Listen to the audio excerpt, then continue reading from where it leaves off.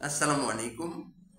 আমাদের সমাজে দেশে বর্তমানে যেহেতু গ্লোবালাইজেশনের যুগ, আমরা পৃথিবীব্যাপী নানাবিধ বিষয়ে গুজব শুনে থাকি।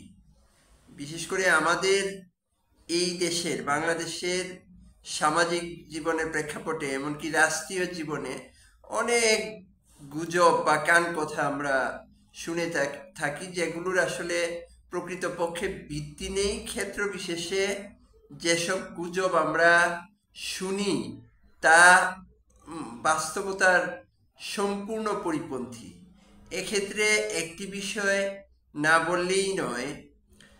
বর্তমানে আমাদের ডিজিটালাইজেশনের যুগে বিশেষ করে সোশ্যাল মিডিয়া যেগুলো আমরা ব্যবহার করছি, স্মার্টফোন অথবা ক্ষেত্র বিশেষে বিভিন্ন ডিজিটাল ডিভাইসের মাধ্যমে সেগুলোর দ্বারা আমরা নানাবিধ অসত্য বিষয়কে বারবার সত্যে পরিণত করার চেষ্টা করি।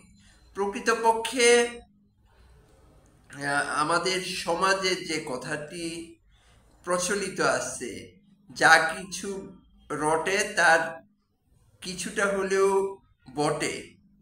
আসলে মূল বিষয়টা আমার মতে এই যে প্রবাদ বাক্য অথবা প্রচলিত বাক্য, সেটি সঠিক নয়। কারণ সমাজের মানুষেরা বা কুচক্রী মহল অনেক সময় একটি মিথ্যাকে বারবার বলে সত্যে পরিণত করার প্রয়াস চালায়। প্রকৃতপক্ষে মিথ্যা তখনই মানুষের মধ্যে প্রতিষ্ঠিত হয় বা গ্রহণযোগ্যতা পায় যখন এই মিথ্যাটাকে বারবার সত্য হিসেবে উপস্থাপন করা হয়। সেটি আমাদের সমাজ জীবনে, রাষ্ট্র জীবনে বহু ভাবে আমরা প্রত্যক্ষ করে থাকি। আমাদের উচিত হবে প্রকৃতপক্ষে মিথ্যাকে প্রতিহত করা, মিথ্যাকে পরিহার করা। কোনো ক্রমেই বৃহত্তর স্বার্থ জলাঞ্জলি দিয়ে হলেও মিথ্যাকে বর্জন করা বা প্রতিহত করার মন মানসিকতা আমাদের যদি না থাকে, তাহলে জাতি হিসেবে আমাদের জীবনে দুর্ভোগ পোহাতে হবে, সেটির বলার অপেক্ষা রাখে না।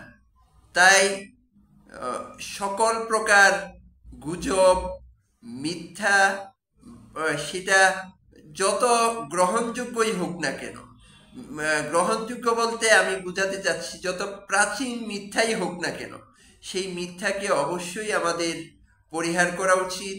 সত্যের মুখোমুখি হওয়া উচিত। সত্যেই শান্তি, সত্যেই মুক্তি। অতএব আমাদের গুজবে কান না দিয়ে সামাজিক যোগাযোগ মাধ্যম হোক অথবা যে কোনো মাধ্যমই হোক না কেন, এই যে কোনো মিথ্যা যে কোনো মাধ্যম থেকেই আমাদের মাঝে ছড়িয়ে পড়ুক না কেন, অথবা মিথ্যাকে সত্যে রূপান্তর করার প্রয়াস চালানো হোক না কেন, সেই মিথ্যাকে আমাদের প্রত্যেকের বর্জন করা উচিত। এটা আমাদের একান্ত মানবিক দায়িত্ব, নৈতিক দায়িত্ব। আসসালামু আলাইকুম।